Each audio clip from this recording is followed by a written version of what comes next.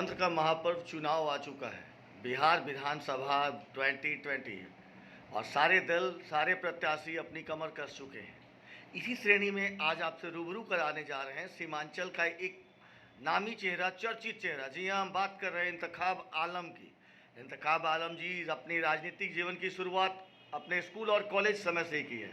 आइए बात करते हैं इंतखाब की कहानी, इंतखाब की ज़ुबानी। सर, सबसे पहले हमें ये बताएं, क्योंकि वैश्विक महामारी कोरोना है, तो क्या इस समय में ये चुनाव कराना उचित था? देखिए, सत्ता में जो आदमी रहता है उसकी अपनी मजबूरी है कि चुनाव अगर ना कराएंगे और प्रेसिडेंट रूल में चुनाव होगा तो ये दोनों चीज़ें एक साथ नहीं चलने वाली है। माननीय मुख्यमंत्री जी बीजेपी के साथ सरकार में शामिल है। बीजेपी के हजार चाहने के बाद भी इस कोरोना महामारी में चुनाव करा लेना ये बड़ी उपलब्धि है नीतीश कुमार की। भारतीय जनता पार्टी इस मामले में बौनी हो गई। वो चाहती रही हमेशा कि सरकार प्रेसिडेंट रूल लग जाए और प्रेसिडेंट रूल की अवधि में मार्च अप्रैल में हम चुनाव कराएंगे, राज्यपाल से हुकूमत चलेगी। लेकिन नीतीश कुमार सक्सेस हो गए चुनाव करवा के, तिथि का निर्धारण करा के। सर, महागठबंधन में भी थोड़ी फूट पड़ चुकी है। रालोसपा अलग हो गया, हमसे मांझी साहब अलग हो गए। आपकी क्या राय है? देखिए, अभी भारतीय जनता पार्टी वोट की राजनीति कर रही है और वोट की राजनीति करने में जितना भी गठबंधन बन रहा है, कहीं ना कहीं उसकी चाबियां जो है वो एनडीए के पास है और भारतीय जनता पार्टी के पास है। आज गठबंधन के शक्ल में 5-6 गठबंधन है। 79 पार्टियां जो लोकल स्तर पर रजिस्टर्ड है इन चुनाव आयोग में, जो बिहार में कमर कस रही है चुनाव लड़ने के लिए। लेकिन जहां 6-7 महागठबंधन से निकली हुए लोग, या कहिए कि जो पार्टियां आपस में 2-3 भाई मिलके एक गठबंधन बना ले और फिर वही सेकुलर वोट को काट करके एनडीए को मदद करे, तो ये भारतीय जनता पार्टी और एनडीए समझती है कि बहुत आसान तरीका है सत्ता हासिल करने का। आज कोरोना महामारी में वोट हम नहीं दिला पाएंगे, लोग जा नहीं पाएगा। अगर कोई 1000, 2000, 5000 वोट काटता है तो ये बहुत बड़ी उपलब्धि होगी एनडीए को सरकार बनाने में। सर, जाहिर सी बात है, चुनाव है और होगा ही, क्योंकि चुनाव आयोग ने कमर कस ली है। तो आपने क्या सोचा है आपके राजनीतिक भविष्य के बारे में? देखिए, हमारा कोई राजनीतिक भविष्य क्या है, सच्चाई है कि एमएलए एमपी अब तो लगता है कि बनने में भी ये लगता है कि क्या कर लेगा आदमी एमएलए एमपी बन के। मूल रूप से मैं आपको बताना चाहता हूं, हम संसदीय राजनीति में, लोकतंत्र में गिनती की अहमियत होती है। हाउस के सदस्य होना, विधानसभा हो या लोकसभा हो, वहां नहीं होगा तो जनता उसको नेता नहीं मानती। पिछले 3.5 दशक से हम राजनीतिक सत्ता के गलियारे में घूम रहे हैं। सीमांचल मेरा कार्य क्षेत्र रहा है। सीमांचल कोई एक अररिया, पूर्णिया, किशनगंज नहीं, सीमांचल के हर प्रखंड में, हर पंचायत में हमारे संपर्क हैं और सीधे संपर्क हैं। आज आप मेरा फोन अगर चेक कीजिएगा तो 12,000 कॉन्टेक्ट्स उसमें मिलेंगे जो पंचायत से लेके जिला स्तर के लोग हैं और जो दिल्ली में रह रहे हैं, पंजाब में रह रहे हैं। अभी लॉकडाउन के पीरियड में उनको काफी मदद मिली है। सच्चाई ये भी है कि मेरा अपना कोई आज सीमित नहीं रहा कि मैं प्रमुख विधानसभा से चुनाव जीतूं। जनता और पार्टी की प्राथमिकता, अगर पार्टी मुझे प्राथमिकता देती है, पार्टी मुझे चुनाव लड़ाती है, चाहे वो अररिया से हो, पूर्णिया से हो, किशनगंज से हो, किसी भी विधानसभा से, इस तीनों जिला के, जहां हम चाहते हैं। लेकिन जहां चाहना और पार्टी का अंदरूनी मामला, मैं उसमें नहीं पड़ना चाहता। मैं मूल रूप से पार्टी को समझता हूं और पार्टी की मजबूरी भी समझता हूं कि पार्टी के नेता अगर हमारे जैसे एक्टिविस्ट को लड़ाते हैं तो सीमांचल में कांग्रेस प्लस रहेगी। हम पार्टी के लिए लायबिलिटीज नहीं, एसेट्स हैं। हम जिला में, पंचायत स्तर में आज भी मेरा संपर्क है as a Congress activist, as a AICC member. हम उस हैसियत से आज भी घूमते हैं और तमाम लोग से संपर्क साध करके पार्टी को मजबूत करते हैं। आदरणीय हमारे राहुल गांधी जी और प्रियंका गांधी जी के जो वचन है उनको मैंने गांव तक पहुंचाने में अपनी हर वो कसर पूरा करते हैं। जो हमारी सोनिया गांधी जी अध्यक्षा, राष्ट्रीय अध्यक्षा, आज 2 अक्टूबर के दिन जिन्होंने एक महात्मा गांधी के संदेश में जो मूर्ति का आवरण करके दिया है, मैं उन बातों को पहुंचाने के लिए भी मजबूती से कमर कसा हूं। सच्चाई ये भी है कि आज पार्टी के अंदर जो स्थिति बन रही है लोगों की, वो स्थिति बद से बदतर बन रही है। गठबंधन, महागठबंधन, नीतीश जी, आज बाढ़, हमारा पूरा इलाका बाढ़ में डूबा है, बाढ़ की चपेट में है, कोरोना का प्रकोप पूरे कमिश्नरी में है।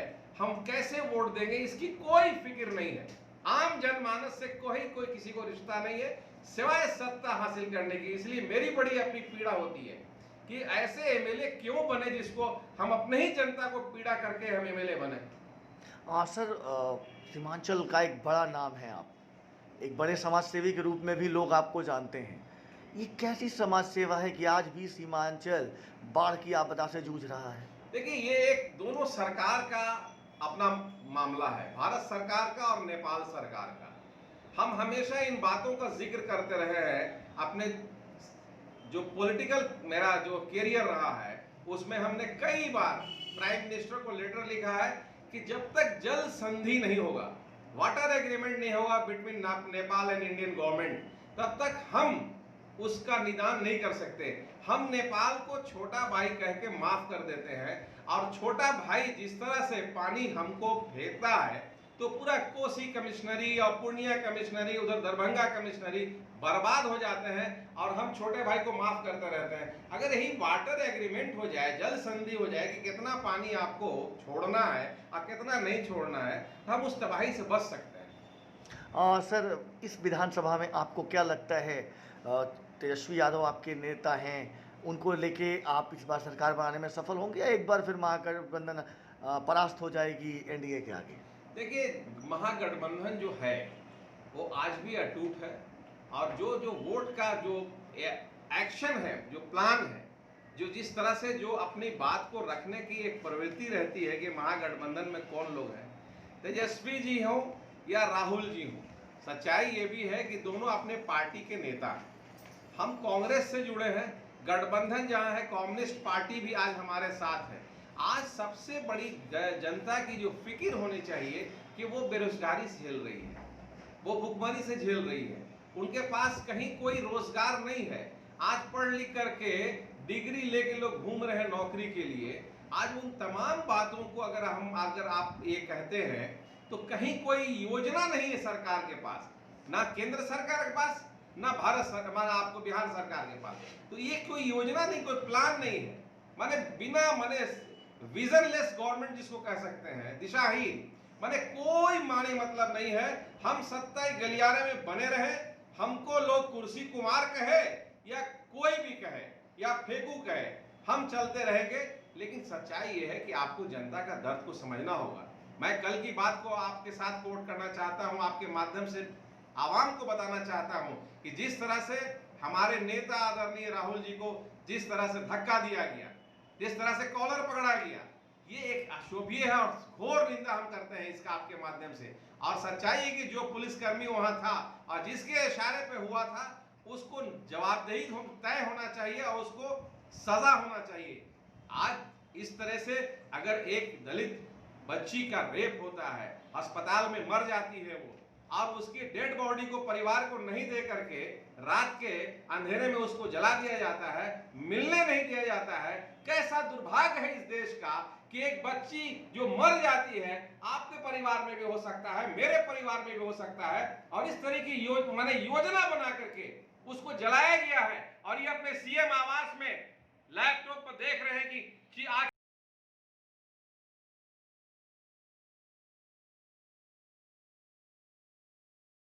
आपको क्या लगता है सर, इस विधानसभा चुनाव में आपके महागठबंधन को कितनी सीटें मिलनी चाहिए?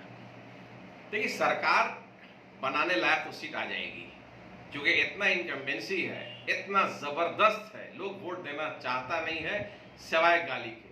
अगर सरकार हमारी नहीं बनती है तो जनता को और परेशानी झेलनी पड़ेगी। इसलिए जनता जान चुकी है, समझ चुकी है, चाहे वो किसी मामले को लेकर के हो। आज शिक्षक का मामला है बिहार के अंदर, शिक्षक में जिस तरह से हम चाहते हैं कि छत्तीसगढ़ फार्मूला जो है वो लागू हो बिहार में, जो 3.5 लाख 4.25 लाख शिक्षक है उनका परिवार हो, उसको नियमित आपको वेतन मिले और उनका जो सामान्य वेतन वाला जो मांग है उसको हम पूरा करें। तो ऐसी स्थिति में आज पेंशन का मामला है, वृद्धा पेंशन का, जो सरकार ने कम करने का काम किया गया, नौजवान का भत्ता है, जो बेरोजगारी भत्ता है उसको कम करने का काम किया गया। आप लगातार जो कांग्रेस पार्टी की जो फर्स्ट यूपीए और सेकंड यूपीए बनी और जो उस सरकार में कानून बना, उस कानून के तहत जो बिहार में हम उस कानून के माध्यम से अगर लाने का काम किए हैं, तो आज उसी चीज को अगर पहलू अगर बना के देखते हैं तो हम समझते हैं कि सरकार कुछ कर सकती है। इसलिए सरकार से जनता काफी नाराज है, काफी थक चुकी है। ये सरकार बदलने वाली है, 15 साल की अवधि काफी होती है और उस अवधि को बदलने में चेहरा हमारे यहाँ मुख्यमंत्री का कई है। आप जो चेहरे की बात करते हैं, चेहरा बहुत है, चेहरे की कमी नहीं है। आदमी की आप मेरा चेहरा खराब लगता है क्या? अगर हमको कोई मुख्यमंत्री बनाए तो हमको कोई हम चला नहीं लेंगे क्या? सच्चाई है कि हमारे पास तो जो पूंजी है, पूंजी एक ही है कि हम मेरी छवि है। लोग पैसे कौड़ी को तौलते हैं, वो पैसे वाले बहुत सारे लोग हैं और वैसा नहीं है। नेतृत्व क्षमता जिसके अंदर होती है, जो कार्यशैली के आगे आता है, तमाम समूह जात संप्रदाय को लेके चलने वाली बात है, उसके साथ अगर आप बैठते हैं, निश्चित तौर पर आज जो महागठबंधन की जो बात चल रही है, बहुत सारे लोग इसमें जुट रहे हैं, बहुत सारे लोग को हटाया जा रहा है, कहीं ना कहीं एनडीए के इशारे पर हटाया जा रहा है और उस इशारे में कोई भी नहीं, लेकिन जनता डिसाइड कर गया है कि बीजेपी नीतीश के खिलाफ वोट कास्ट करेंगे। जो उसके खिलाफ गठबंधन होगा, लालू यादव का गठबंधन, सोनिया गांधी का गठबंधन, कम्युनिस्ट का गठबंधन और जो छोटी पार्टियां अगर इसमें आ जाती हैं तो उनका गठबंधन, और यही गठबंधन सरकार देने में सक्षम। सर, किन मुद्दों के साथ आप जनता के बीच जा रहे हैं? महामारी सबसे बड़ी बात है, हत्या, यहाँ लगातार अपराध, जो बिहार में अपराध का जो प्रचलन है इस कदर बढ़ा है कि लोग कहते थे कि जंगल राज था, जंगल राज। आज वो जंगल राज तो है नहीं, आज उसी जंगल राज की दुहाई दे रहे हैं लोग। आज लगातार हत्याएं हो रही है, कल भी एक मुखिया की हत्या हो गई, परसों भी एक लोगों की हो गई, राजद के अभी एक लड़के की और हत्या हो गई। लोग सच्चाई है कि राजद और भाजपा और भी ये जेडीयू की बात नहीं, कांग्रेस की बात नहीं, तमाम लोग कहीं ना कहीं तबाह बर्बाद हो रहे हैं। रोजगार यहाँ है नहीं, प्लान हो रहा है। जिस तरह से मुख्यमंत्री ने एक जवाबदेही उन पर बनती है, बिहार के मुख्यमंत्री पर, कि लॉकडाउन के पीरियड में पंजाब और हरियाणा और राजस्थान, गुजरात से लोग जो प्लान कर रहे थे, तो मुख्यमंत्री कहे किसी को आने नहीं देंगे। ये बहुत बड़ा सवाल बनता है, हम अपने राज्य में नहीं आने देंगे। और बिहार में आने के लिए जिस तरह से प्रियंका गांधी ने बसों का इंतजाम किया था, उस बस के माध्यम से भी सरकार, वहां योगी सरकार कहे कि परमिट दीजिए, बस का इमरजेंसी में परमिट मांग रहे हैं, फ्यूल चेक किया, नंबर प्लेट दिया। ये तमाम चीज ड्रामेबाजी नहीं चलने वाली है। जनता आप समझ चुकी है, कितना बेवकूफ बनाइएगा आप, अब वो बेवकूफ नहीं बन सकती। आपकी अगर सरकार बनती है तो आपकी प्राथमिकताएं क्या होगी? किस कार्य को आप प्राथमिकता देंगे? एजुकेशन एंड हेल्थ, ये दो चीज मूल सवाल है। अगर हमको आप जगह मिल जाए ना तो दोनों चीज हम फ्री कर दें। जो आदमी मानसिक रूप से बीमार है उसको पहले ठीक किया जा सकता है। एक आदमी मटियाया हुआ जो है वो जाग नहीं सकता, जो सोया हुआ है उसको हम जगा सकते हैं। लेकिन आज बिहार में बहुत सारे लोग आंख मूंद के रह रहे हैं जो मटियाने में हैं। वो सोए हुए तो मैं जगा सकता हूं। धन्यवाद इंतखाब जी। ये थे कांग्रेस के कद्दावर नेता